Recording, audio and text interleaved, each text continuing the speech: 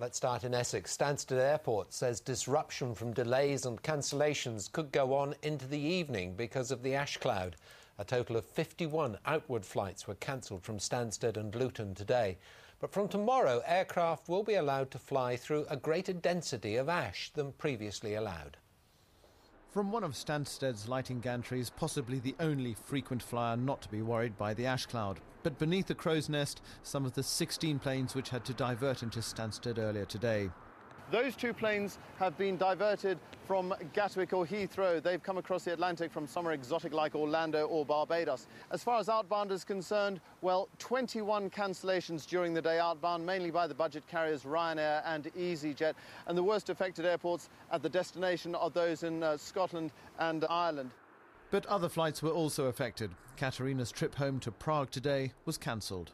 If it will be cancelled once again, then we have to rebook the flight once again and wait for, I don't know, Wednesday or Thursday.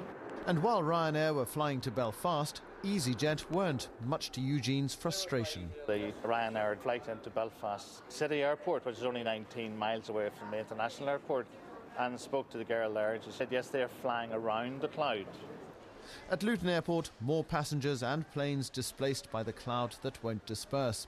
30 departures cancelled here. EasyJet have been sending up daily test flights since day one. They believe the industry is becoming more responsive. The model has changed twice. There's a chance that it could change again. And hopefully once the CAA and National Air Traffic Services gain more information, they can then make more informed decisions about closing airspace before it's physically closed. While the disruption is nowhere near as chaotic as last month, airlines like Ryanair aren't happy. This evening, its boss Michael O'Leary said that current predictions on where the ash cloud is are outdated and inappropriate. In the meantime, passengers are being advised to check with their airlines before they travel.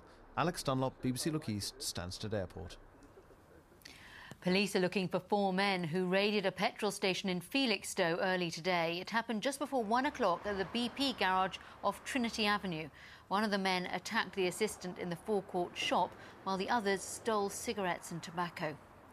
The Post Office has put up a £5,000 reward to help catch an armed robber who struck in Suffolk. He pulled the gun on staff at Capel St Mary Post Office last Wednesday week. He was white, very tall and well built.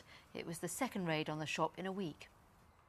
The police say they're winning the battle against criminal gangs who steal luxury cars to order and ship them out of the UK. It follows an undercover operation at the port of Felixstowe to intercept stolen vehicles. Felixstowe is the largest container port in the country, and that means it's firmly in the front line in the battle against the luxury car thieves. Which is why for the past 3 weeks, police, the UK Border Agency and the shipping industry have been working together on Operation Revel, checking containers for vehicles which might have been stolen and are on their way out of the UK. You've got generally high-end, high-value 4x4 vehicles, and generally those ones that are found stolen are in the containers on their own, without even being strapped down. They're quite carelessly thrown almost into a container to get rid of them as quickly as possible. Checks by the police after we'd filmed these searches of containers revealed that none of the vehicles inside had actually been stolen. But during the 3 weeks of the operation, 11 cars which had been were found at Felixstowe. A similar operation at the port last year recovered more than 70. Officials say they have had major success in disrupting the work of these gangs, but they need to keep the squeeze on. These criminals are highly organised, slick and speedy. In many cases, they take the keys of luxury cars from inside a house, take the vehicle itself off the drive and have it in a container here at Felixstowe to be shipped to Africa or the Middle East, all in the space of 24 hours. Officials say these undercover operations have proved their worth. They're now keen to see a specialist team introduced at every port to stem the traffic in stolen luxury cars even further. Kevin Birch, BBC Look East at Felixstowe. Work has begun to shore up part of the Suffolk coast, which has been hit by severe erosion.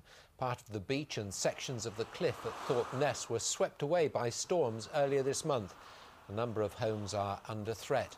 Engineers will bring in tons of rock to stabilise the beach. A new hospital for Cromer in Norfolk has been given the go-ahead by council planners. It'll replace the present cottage hospital and cost £15 million to build. The cost is covered by 2 legacies, one of which was for £12 million. The final total for last year's Children in Need appeal has been announced today, and it's a record £39 million. £5.5 million is already being spent in this region, and there's more to come. Sean Peel has visited a project in Suffolk where your money is making a difference. We'll catch them down at the wall where they hang out. This is youth work in action, where it's at on the streets of Lowestoft. Andy Dorning and his team from a project called Dreamworks are on the lookout for children in need, kids on corners with nothing to do. Some of these young people are low on confidence and, you know, their self-esteem's not great or very high, but, you know, sometimes that's for the fact that they just don't see it in themselves. They don't see their achievements, they don't see that they're valued, they don't see that they're worth anything to their community. Dreamworks has a drop-in centre, and each week they help more than 150 children in Lowestoft, children like Chloe and Emma. My sister started getting bullied and she went to Dreamworks to get more confidence, and then I started going because I didn't have nothing else to do, and it's made me really enjoy it now. The project targets 8 to 13-year-olds in deprived areas to give them something to believe in before the rot of boredom sets in. The youngsters are also offered volunteering jobs and life skills like food safety and first aid. It's just given me a lot more opportunities to do in life, and I found out what I want to do when I'm older and that. What's that? Like, be a youth worker. Andy works in one of the most deprived areas of Suffolk with high unemployment and poor levels of achievement in education. If the young people here felt they'd been forgotten, £64,000 from Children in Need says they haven't. Sean Peel, BBC Look East.